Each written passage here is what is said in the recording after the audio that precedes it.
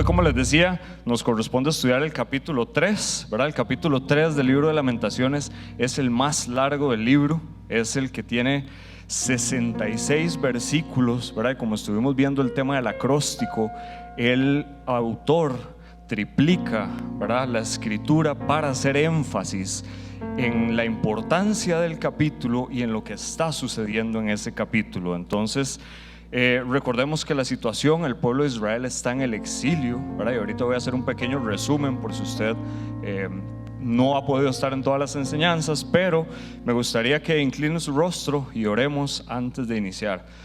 Dios, te damos gracias por esta noche, te damos gracias porque tus misericordias son nuevas cada mañana. Sabemos que estás con nosotros, Señor, y que tienes un plan y un propósito para esta noche. Que la palabra que vamos a compartir hoy pueda llegar a cada corazón, que la semilla pueda ser plantada en tierra fértil, Señor, que dé su fruto a su tiempo, que pueda alentarnos, que pueda motivarnos y que podamos crecer aún más en ti. Abre nuestros oídos, dispone nuestro corazón, Señor, y que podamos hoy aprender de ti. En el nombre de Jesús, amén y amén. Ok, voy a hacer un resumen rápido que está sucediendo. Si usted no ha estado en las dos enseñanzas, que como son tres personas, dos enseñanzas, ¿verdad? Se me hace ahí un circuito. Dos enseñanzas anteriores. El pueblo de Israel, ¿verdad?, había sido advertido por mucho tiempo, ¿verdad?, por Dios, de qué cosas podían hacer, qué cosas no podían hacer, ¿verdad?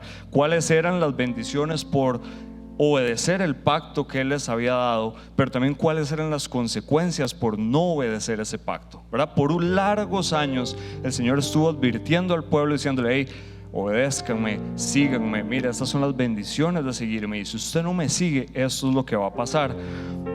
Y si quiere, para los que toman nota, es una lectura recomendada hacer Levítico 26 y 27 y también hacer Deuteronomio 28, 29 y 30. Sí, esos 5 capítulos que le estoy dando describen todas las bendiciones, todas las consecuencias del pecado, y describen la situación y ayudan a comprender qué está viviendo el pueblo de Israel en este momento en el exilio. Entonces, para empezar, me gustaría que vayamos a Deuteronomio 29 del 24 al 28. Dice la palabra: todas las naciones vecinas preguntarán: ¿por qué el Señor afligió así a esa tierra? Hablando de Israel. ¿Por qué se enojó tanto? Y la respuesta será: sucedió porque el pueblo de esa tierra abandonó el pacto que el Señor, Dios de sus antepasados, hizo con ellos cuando los sacó de la tierra de Egipto. En cambio, se apartaron de Él para servir y rendir culto a dioses que no conocían, dioses que no provenían del Señor. Por esa razón, el enojo del Señor ardió contra esa tierra y cayeron sobre ella cada una de las maldiciones registradas en este libro. Con gran enojo y furia, el Señor desarraigó a su propio pueblo de la tierra y lo desterró a otra nación donde ellos viven hasta hoy. Como les venía diciendo, el Señor repetidamente estuvo motivando al pueblo para que se volvieran a Él, para que le fueran fiel, para que lo obedecieran, para que no abandonaran el pacto. Sin embargo, el pueblo decidió seguir su camino, ¿verdad? Decidió seguir por el camino del pecado, por el camino del desenfreno, decidió no escuchar al Señor, ¿verdad? Y como decía el Pastor Randa la semana pasada, ceder ante la cultura. ¿Por qué ceder ante la cultura? Porque decidieron ceder ante los dioses y ante los pecados que habían en la tierra que ellos estaban poseyendo, ¿verdad? Y debido a eso, Dios decide aplicar el castigo sobre su pueblo, ¿verdad? La razón es, como dice el verso, por haberse apartado de Él, por haberlo abandonado. Y a razón de esto, Dios permite que una nación extranjera venga y los conquiste, ¿verdad? Y es el pueblo de Babilonia. El pueblo de Babilonia viene, hace cautivo al pueblo, ¿verdad? Asesinan a un montón de gente, destruyen la ciudad, destruyen el templo, todo queda desolado y la gente que queda viva es llevada a un exilio, ¿verdad? A vivir en otro pueblo como esclavos. Y saben, la nación de Israel no tenía excusa para lo que le sucedió, ¿verdad? Ellos habían tenido suficiente tiempo de hacer un cambio. Ellos habían tenido suficiente tiempo de arrepentirse. Ellos habían tenido suficiente tiempo de apartarse de sus malos caminos. Y ahora, a consecuencia de esos pecados, ¿verdad?, había caído el terror sobre ellos. Había caído las maldiciones que hablaba la palabra que les iban a caer, ¿verdad? Sin embargo, a pesar de todo lo que estaban viviendo, ellos podían seguir teniendo una esperanza, ¿verdad? Contaban con una esperanza que estaba en el Señor, ¿verdad? Y como dice el verso 23, en el 3:23 dice: grande es tu fidelidad, sus misericordias son nuevas cada mañana, ¿verdad? Y el fin que yo quiero hoy transmitir con ustedes es que a pesar de lo que estemos viviendo en este momento, usted pueda decir: grande es tu fidelidad y tus misericordias son nuevas cada mañana, ¿verdad? Es un capítulo largo, claramente no vamos a poder leer 66 versículos, vamos a hacer extractos, y yo intenté armarlo en 3 puntos principales, ¿verdad?, para poder tener una comprensión del capítulo completo. Y el primer punto es el clamor en medio del sufrimiento. Vamos a leer el inicio del capítulo, Lamentaciones 3, del 1 al 6. Dice la palabra: yo soy el que ha visto las aflicciones que provienen de la vara del enojo del Señor. Me llevó a las tinieblas y dejó fuera toda luz. Volvió su mano contra mí una y otra vez todo el día. Hizo que mi piel y mi carne envejecieran. Quebró mis huesos. Me sitió y me rodeó de angustia y aflicción. Me enterró en un lugar oscuro como los que habían muerto hace tiempo, ¿verdad? Jeremías está usando su vivencia personal pasada y su experiencia ministerial para ejemplificar el dolor y lo que está pasando el pueblo de Israel, ¿verdad? Él escribe mucho del capítulo usando su experiencia personal a manera de ejemplificar lo que está sucediendo, a manera de ejemplificar las advertencias, ¿verdad?, y las consecuencias del pecado. ¿Y qué está pasando con el pueblo? El pueblo que estaba destinado a ser la nación del Dios vivo, ¿verdad?, ser la nación de Dios, es ahora un pueblo reprimido, es ahora un pueblo que es esclavo en una tierra que no es la de ellos, ¿verdad? Prácticamente se podría decir que habían perdido todo, ¿verdad? Ellos podían pensar: hey, teníamos todo en Dios, teníamos absolutamente todo, y ahora no tenemos nada. Pero aún así había una esperanza de que el Señor los iba a rescatar.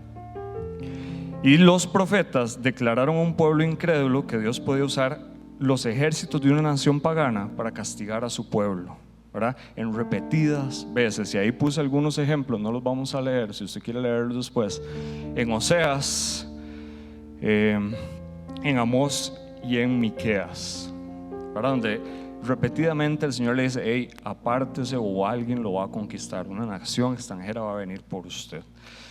El pueblo, a pesar de haber sido advertido, ¿verdad?, es terco, es testarudo, no hace caso, ¿verdad?, y choca con lo que le habían advertido, ¿verdad? Yo creo que yo pensaba y meditaba un poquito en esto, y a veces nuestra terquedad y nuestra rebeldía nos lleva a situaciones similares, ¿verdad? Nos advierten una y otra vez: hey, apártese de ese camino que está llevando, apártese de esas amistades, apártese de la pornografía, apártese de la infidelidad, apártese de, póngale el nombre, ¿verdad? Y nosotros testarudamente seguimos por ese camino, aunque nos digan una y otra vez que no lo hagamos.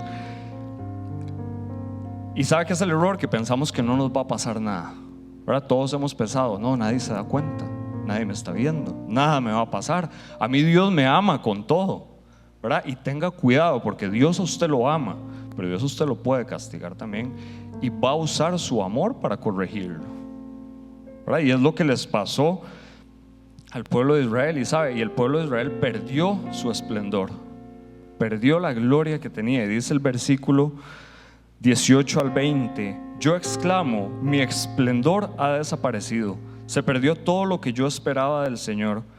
Recordar mi sufrimiento y no tener hogar es tan amargo que no encuentro palabras. Siempre tengo presente este terrible tiempo mientras lamento mi pérdida. ¿Sabe? Cuando estamos en una situación difícil, sale un clamor del interior de la persona, ¿verdad? Sale un lamento, sale un dolor, y es lo que Jeremías está expresando en estos versos, ¿verdad? Hay veces que la situación puede ser tan dolorosa por la cual estamos pasando que no hay palabras para expresarla, ¿verdad? Y solo queda un clamor y algo que sale de adentro, que desgarra y que duele. Y eso es lo que estaba viviendo el pueblo en ese momento.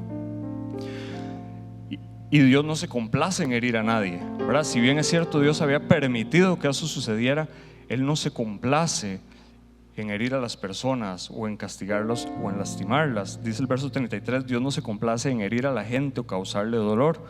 Pero para hacerlos reaccionar, ¿verdad? Para hacerlos entrar en razón, Dios se ve obligado a usar su amor estricto con ellos, y era la disciplina, ¿verdad? Dios pone en disciplina al pueblo, le dice: ok, te toca, ¿verdad? Y son llevados al destierro. Ahora, ¿tenía el pueblo derecho no de quejarse? ¿Sí o no? No tenían derecho. Por años les habían advertido, por años les habían dicho: hey, no, por ahí no, no haga eso, ¿verdad? Y Jeremías lo que hace es: hey, analicemos la situación por la que estamos pasando, ¿sí? Nada de lo que estamos pasando sucede sin el permiso de Dios, ¿sí? Nada de lo que usted está pasando en su vida, nada de lo que yo estoy pasando en mi vida sucede sin el permiso del Señor. Él es el que permite que todo suceda. Y dice el verso 37 al 40: ¿quién puede ordenar que algo suceda sin permiso del Señor? ¿No envía el Altísimo tanto calamidad como bien? Entonces, ¿por qué nosotros, simples humanos, habríamos de quejarnos cuando somos castigados por nuestros pecados? En cambio, probemos y examinemos nuestros caminos y volvámonos al Señor. ¿Sí? Todos pecamos, ¿verdad? Todos pecamos, y el pecado trae consecuencias, ¿verdad? Y vivimos por la mera gracia del Señor, por su gracia es que vivimos, ¿verdad? No deberíamos nosotros de quejarnos con Él por lo que nos pasa a causa de nuestras decisiones, a causa de nuestra desobediencia, ¿verdad? Y sabe, en su gracia cada uno de nosotros somos tan bendecidos, ¿verdad? Pero tanto, día a día, y a veces no somos conscientes de qué tan bendecidos somos, ¿verdad? Lo damos por sentado, ¿verdad? Y Él dice: todo sucede por permiso del Señor. Y cuando usted y yo tenemos claro que todo lo que vivimos sucede porque el Señor así lo ha deseado, ¿verdad? Uno puede decir como dijo Job: Jehová dio y Jehová quitó, ¿verdad? Bendito sea el nombre del Señor, ¿verdad? Y la motivación es: bendiga el nombre del Señor siempre, bendiga el nombre del Señor cuando está en prueba, bendiga el nombre del Señor en medio de la circunstancia que usted está viviendo en este momento. Bendiga siempre el nombre del Señor, no se queje con Él, ¿verdad? Esa es la primera enseñanza que quiero extraer del capítulo: bendiga siempre el nombre del Señor. Sí, Jehová dio y Jehová quitó. La aflicción debe enfrentarse siempre con esperanza en la salvación del Señor, en su restauración, ¿verdad? Las pruebas no son para siempre, ¿verdad? Dice el refrán: no hay mal que por bien no venga. Eso es uno. O no hay mal que dure 100 años, creo que es el otro, ¿verdad? Nada va a durar para siempre. Las pruebas van a ser pasajeras. Lo que estás viviendo va a ser pasajero. Lo que estás viviendo va a pasar, ¿verdad? Y la esperanza tiene que estar puesta en Jesús. Él es nuestra esperanza, como cantábamos ahora. Punto 2 que extraigo de la lectura es un canto de la fidelidad de Dios.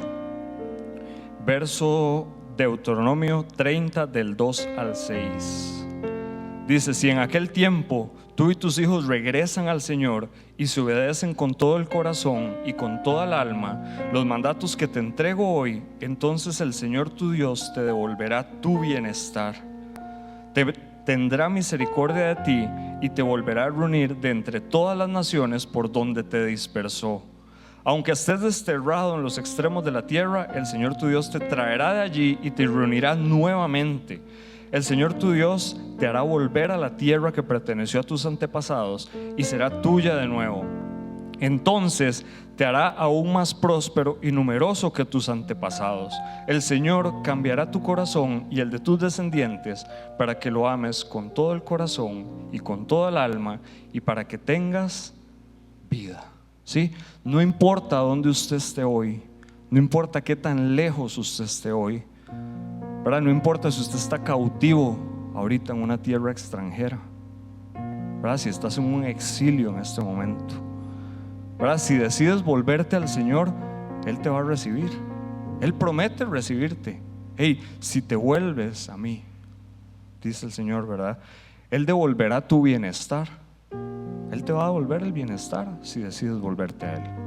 Si decides de corazón arrepentirte y entregarte a Él, Él promete bendecirte, ¿verdad? Dios va a estar ahí con los brazos abiertos siempre.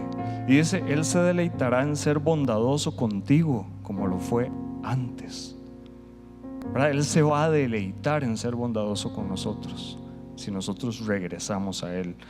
Y dice Miqueas 4:10, segunda parte de ese verso: pronto serán enviados al destierro, a la lejana Babilonia, pero allí el Señor los rescatará. Él los redimirá de las garras de sus enemigos, ¿verdad? Dios nunca los iba a dejar. Y dice Lamentaciones 3:31-32: pues el Señor no abandona a nadie para siempre. Aunque trae dolor, también muestra compasión debido a la grandeza de su amor inagotable. ¿Sabe? En medio del dolor del pueblo, en medio de la situación del exilio, Dios siempre mostró su amor inagotable. Él dijo, hey, yo no los voy a abandonar para siempre, yo no los voy a dejar olvidados, ¿verdad? Yo voy a ser fiel con ustedes. Cada día, dice la palabra, sí, su fidelidad es renovada, porque Dios nunca deja de amarnos, nunca, no importa qué suceda. Dice versos 21-24: no obstante, me atrevo a tener esperanza cuando recuerdo lo siguiente: el fiel amor del Señor nunca se acaba, sus misericordias jamás terminan, grande es su fidelidad, sus misericordias son nuevas cada mañana. Me digo, el Señor es mi herencia, por lo tanto esperaré en Él. ¿Sabe? Dios está ahí para nosotros siempre. Y ese era el canto que Jeremías estaba levantando en medio de la aflicción. La fidelidad del Señor está con nosotros siempre, aún ahorita que estamos viéndola horrible, ¿verdad? Que creemos que todo está perdido, que estamos en una tierra que no es nuestra, que somos esclavos.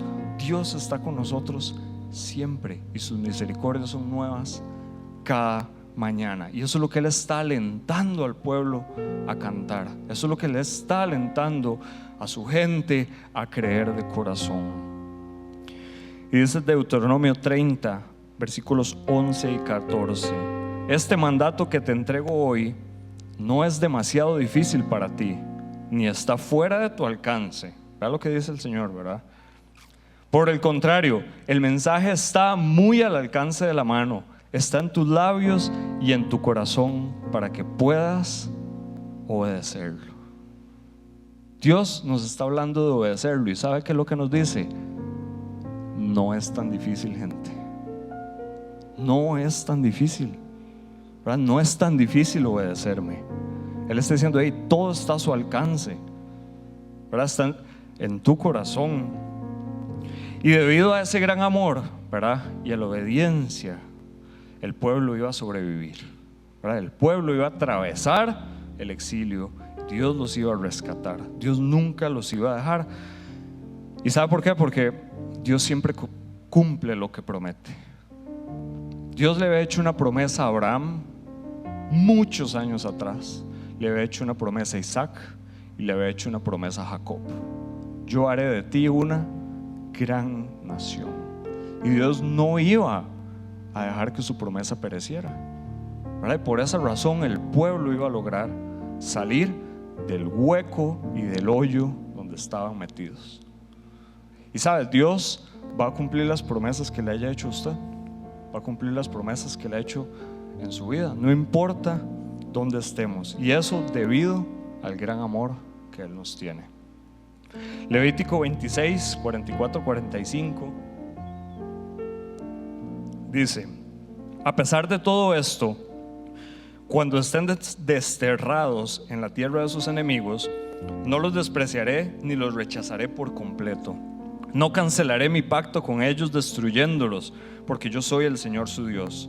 Por amor a ellos me acordaré de mi antiguo pacto con sus antepasados, a quienes saqué de la tierra de Egipto a los ojos de todas las naciones para ser su Dios. ¿Verdad? Por medio de la promesa, Dios había sacado al pueblo de Egipto, donde ya había sido esclavo. Por medio de la promesa, Dios los llevó por 40 años por el desierto.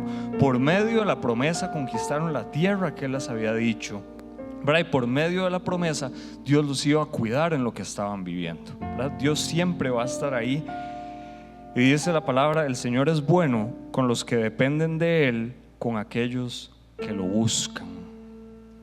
¿Sabes? Si nosotros lo buscamos de corazón y si nuestra vida depende de Dios, Él promete ser bueno con nosotros.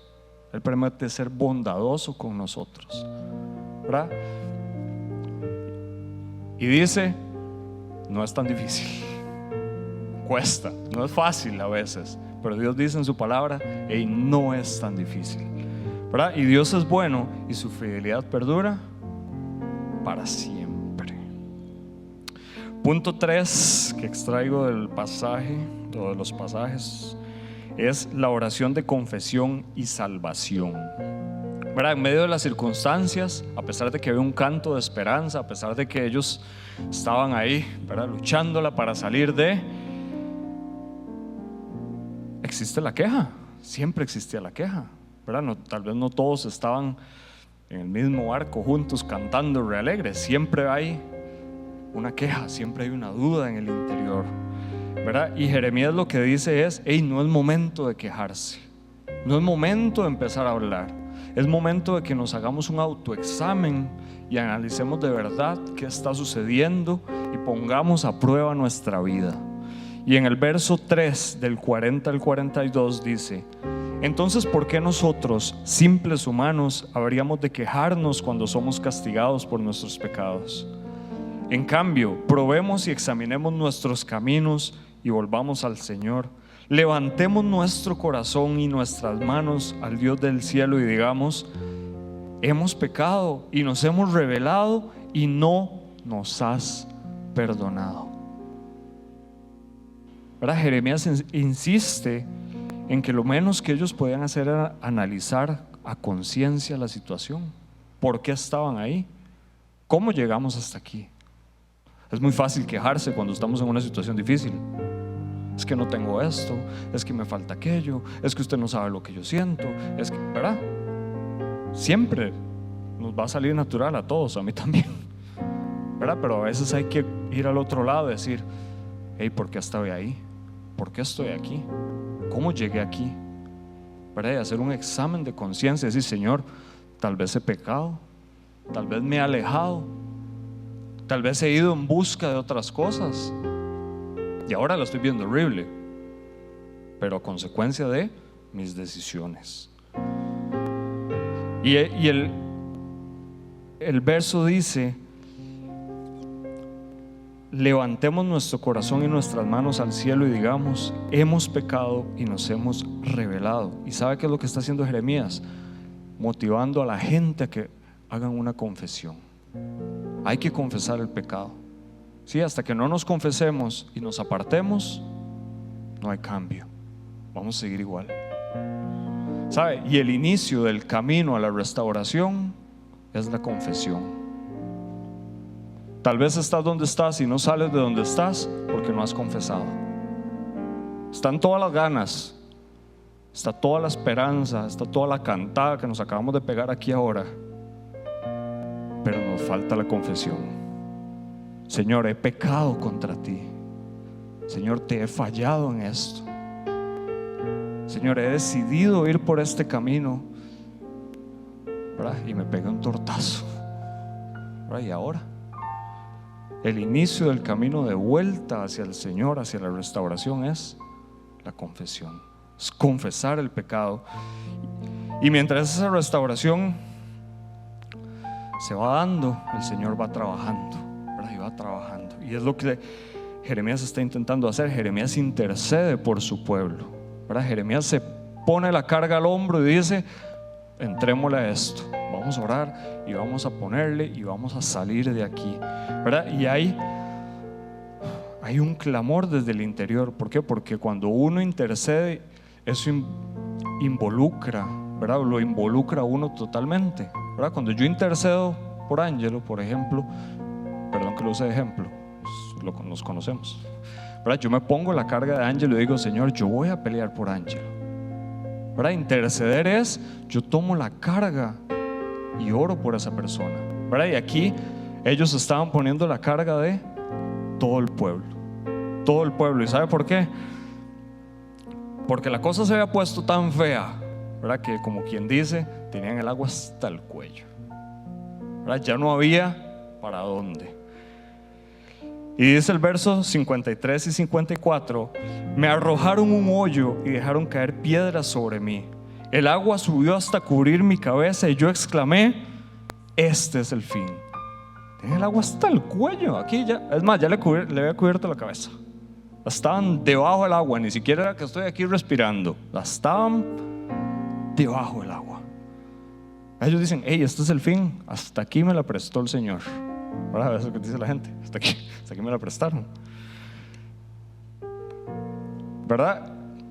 Y quizás es momento,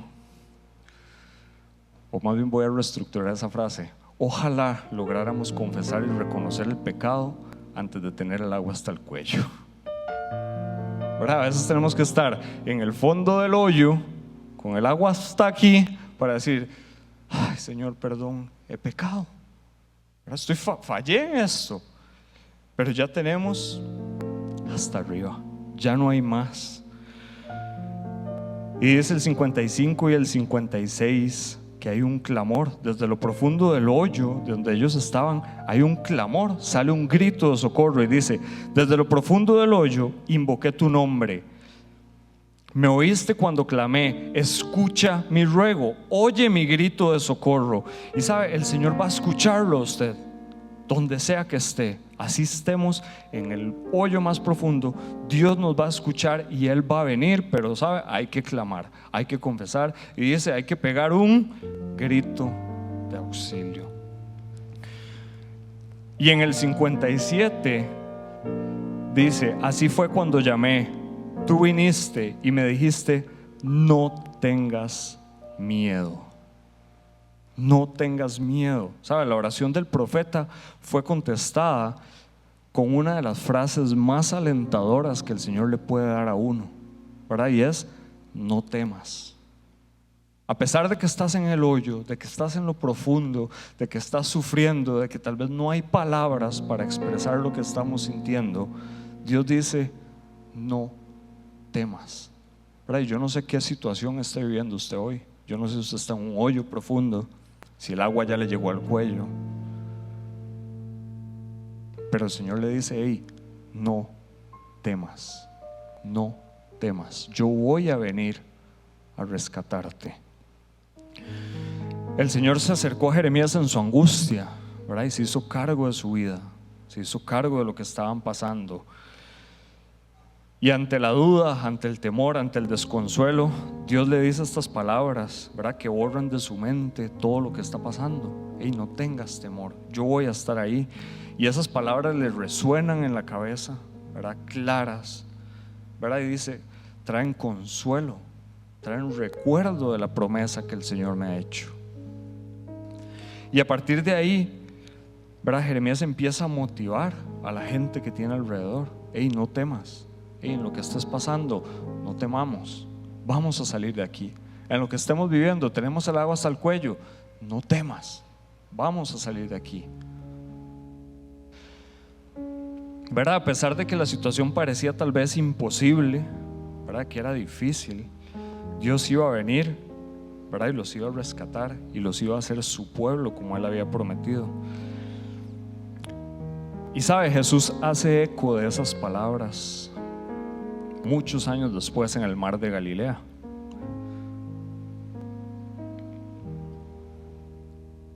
Dice la palabra que después de haber alimentado a una multitud, ¿verdad? Haber hecho un milagro, haber alimentado a una multitud, se acaba la actividad y Jesús le dice a sus discípulos: tomen el barco y crucen el mar, devuélvanse, ¿verdad? Yo me voy a retirar a orar a solas. Probablemente los discípulos se vuelven a ver y dicen: le dice, vámonos, ¿verdad? Esto se fue.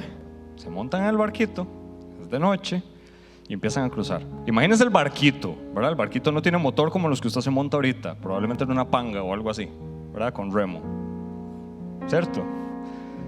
Y empiezan a cruzar el mar de noche. ¿Y qué pasa? Empieza a llover, como el diluvio que nos topamos hoy, ¿verdad? Y empieza a llover y se empieza a complicar la cosa, y el barco se empieza a llenar de agua. El barco no tenía techo, no es un crucero de esos que ahora vamos y con piscina y eso. No, una panguita.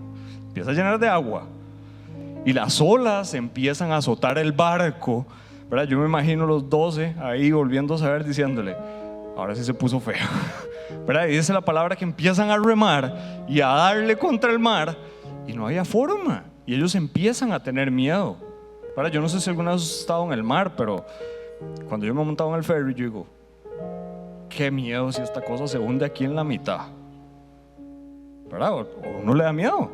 Entonces imagínense en una tormenta de noche, sin luz, y todo azota, y el barco se mueve, y todos mojados y cansados del día, y toda la cosa, ¿verdad? Y empiezan a temer.